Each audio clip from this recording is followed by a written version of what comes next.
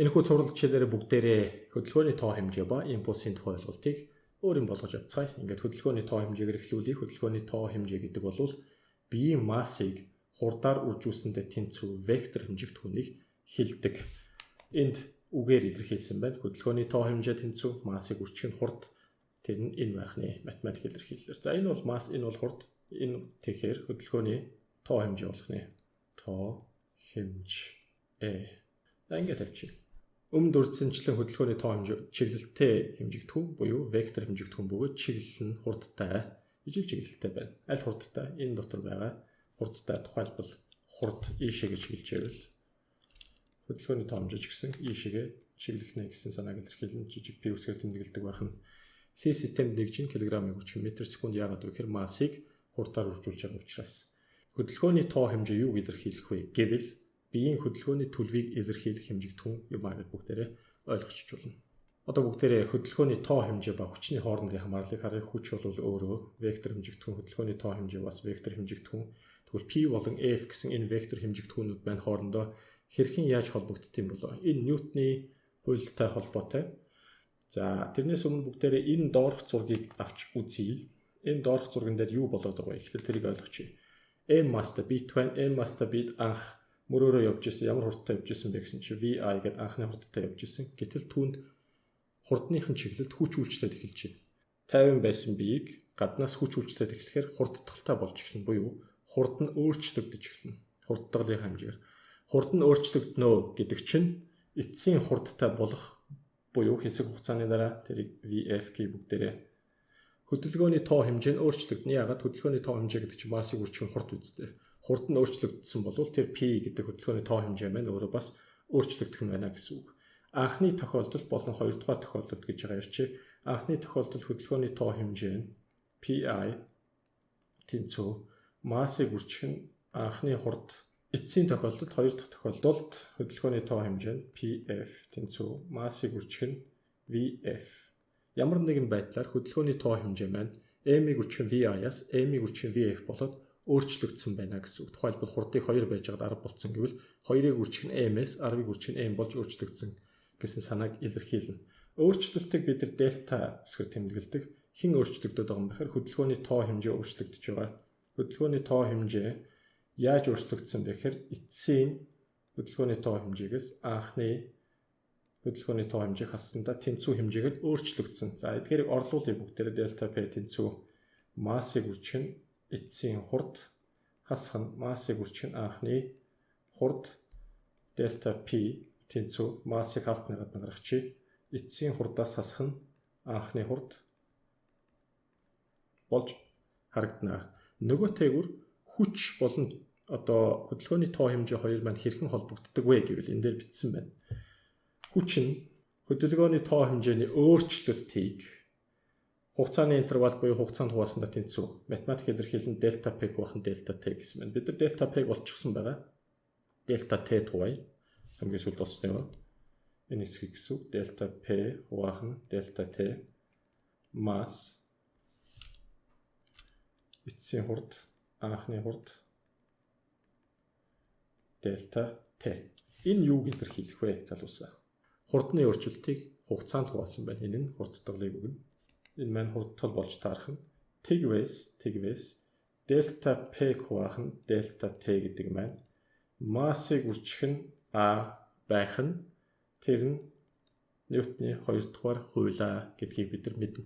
Яг үнэндээ Ньютон өөрийнхөө 2 дугаар хуулийг анхандаа дельта P хуваах нь дельта T буюу хөдөлгөөний тоо хэмжээний өөрчлөлтийг хугацааны интервалд хувааж томьёосон байдаг байна. За энд юу байгаа гэхээр энэ саяны гаргалгааг илүү компьютерийн бичиглэлээр бичээд ингээд тавьчихсан байгаа. Энийг багш нь ингээд орхичих. Яг л адилхан зүйл. Ингээд жишээнээр бүгдээрээ сурсан зүйлээ баттахыг. Шулуун замаар 10 м/с хурдтай зүүн зүгт хөдлөх 900 кг масстай суудлын тэргийн A'д нь хөдөлгөөний тоо хэмжээг бол B'д нь машин хурдаар нэмж 30 м/с хурдтай болсон бол хөдөлгөөний тоо хэмжээний өөрчлөлтийг олоо гэсэн байна. Эхнийх дээр нь хөдөлгөөний тоо хэмжээг бол, дараагийнх дээр нь өөрчлөлтийг ол гэсэн шүү. А-гийн бүгдээр боди хөдөлгөөний тоо хэмжээ гэдэг бол массыг үржих нь V хаашаа явж байгаа зүүн зүгт явж байгаа зүүн зүг ингээд тэмдэглэж ийшээгээ гарах нь байна. P масс тэр маань 900 үржих нь 10 9-ийг үржих нь 10-ийн 3 зэрэг килограмм, метр, секунд чиглэлийн хувьд хаашаа вэ гэхээр анх явж исэн тэр хурдныхаа чиглэлд машин хурдаа нэмж 30 м/сек хурдтай болсон юм байна. За машиныг зурхгүй энд нэг машиныг орлуулад өөр нэг бит зурчих бүгдээрээ. За битийг энд зурсан. Эцсийн хурд нь хэд болсон бэ гэсэн чинь 30 м/сек болсон. Энэ байрлал дээр энийг жишээлбэл B байрлал гэж, энийг A байрлал гээ. B байрлал дээр хөдөлгөөний тоо хэмжээг бүгдээрээ олж болно. Тэрийг PB гэж, M-ийг үржих нь B байрлал дээр хурд тэр нь V2 юм байна. Масс нь 900, хурд нь 30, 27 үржих нь 10-ийн 3 зэрэг килограмм, метр, секунд. P-аг олчихсон байгаа бүгдээрээ. Тэр нь 9-ийг үржих нь 13 зэрэг байсан. Ингээд дельта P тэнцүү. PB-гээс хасах нь энийг PA гэвэл 27-г үржих нь 13 хасах нь 9. 13-ыг нь хаалтны гадна гаргачих. 18 үржих нь 13 килограмм, метр, секунд болох нэ хөдөлгөөний тоо хэмжээний өөрчлөлт байна. Хөдөлгөөний тоо хэмжээний талаар ярилцлаа бүгдээрээ. Одоо тэгвэл импульсийн талаар ярилцъя. Импульс гэж юу вэ? Импульс гэдэг нь хөдөлгөөний тоо хэмжээний өөрчлөлтийг импульс гэдэг юм. Дээрх жишээн дээрээс бүгдээрээ хөдөлгөөний тоо хэмжээний өөрчлөлтийг олсон. Яг үүндээ бид нар цаад утгаараа импульсыг олсон байх нэ. За тэгвэл дельта P гэл бүгдээрээ импульс гэх юм байна. Энэ бол импульсыг илэрхийлэх юм байна. Хүч ба импульсийн өөрчлөлт тэгээд хугацаа 3 хоорондоо ингэж холбогдно. Энэ дээр хугацааг тэнцвүүгийн тэмдгийн нөгөө тал руу гаргаад хүчээр үржүүлвэл энэ үржүүр нь F-ийг үржих нь дельта T болно.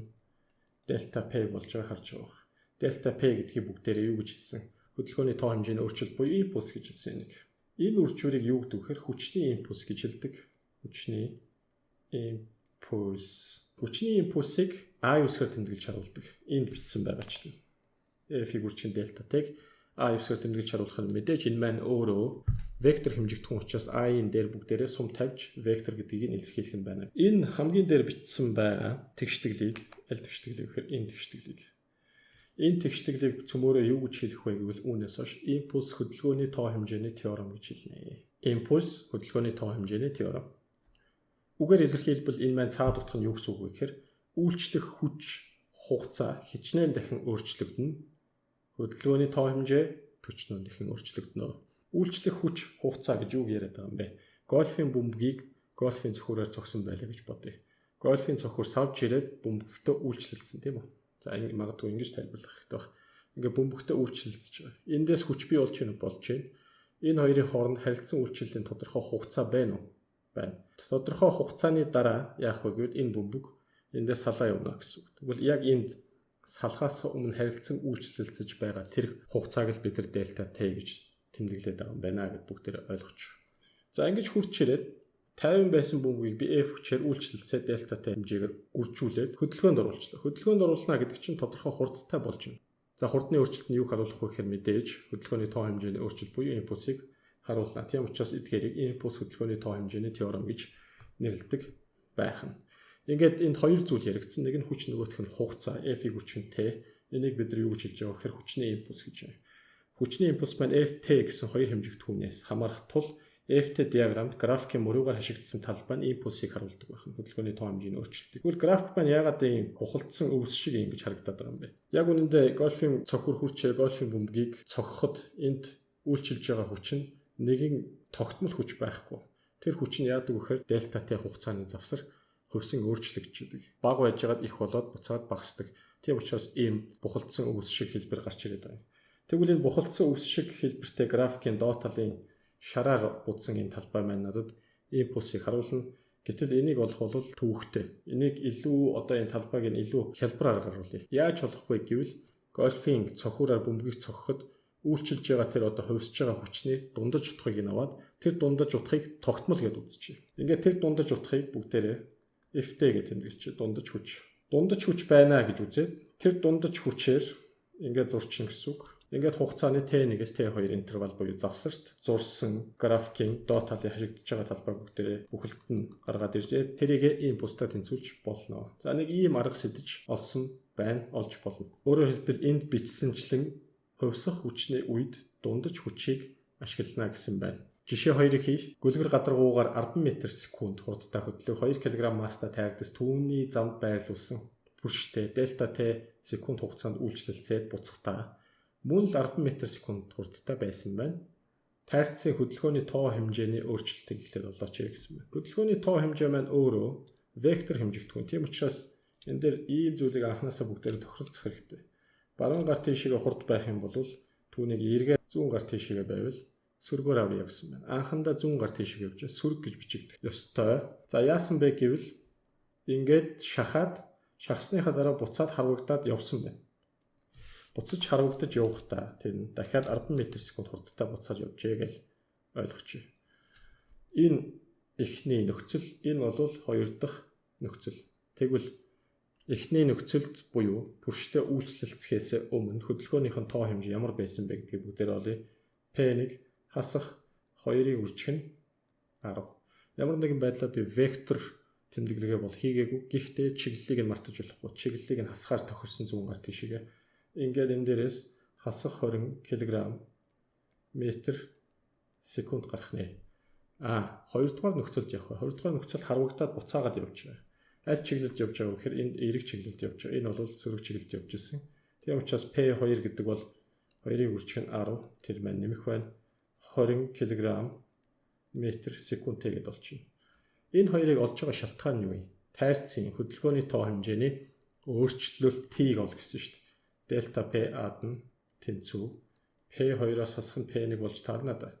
Тэр нь P2 нь 20, хасах 20. Ингээд 40 кг метр секунд гэж олдох нэ. Бэд нь тайрдаст пүршний зүгээс учруулсан импульсыг бол пүршний зүгээс учруулна гэдэг нь пүршний хүчний импульсыг олоо гэсэн үг. Хүчний импульс бид нар мэдж байгаа А үсгээр тэмдэглэдэг. Тэр нь F-ийг үржих нь одоо дельта T байдаг. Тэнцүү тэр нь дельта P-тэй тэнцэнэ. Буюу хөдөлгөөний тоо хэмжээний өөрчлөлттэй импульстай тэнцүү гэдэг. Тийм учраас энэ бол шууд автоматар 40 кг метр секунд ижилхэн байх нэ гэдээ ойлгочихъя. C нь пүршнээс тайрдаст үйлчлэх дундаж хүчийг болоо. Энийг дундаж хүчээ гэж биччихье. Дундаж хүч тэгвэл 40-ийг хуваах нь дельта T байх нь. Дельта T тэдэн секунд гэдгийг нь бол энэ дээр өгөөгүй байна. Энийг бүгдээр зохиогоо 1 секундын хугацаанд үйлчилсэн. За нэг арай ихтэх бах 0.5 секунд гэж. 0.5 секунд. Дэшээ 400 405 80 ньютон хүчээр үйлчлэх нэ.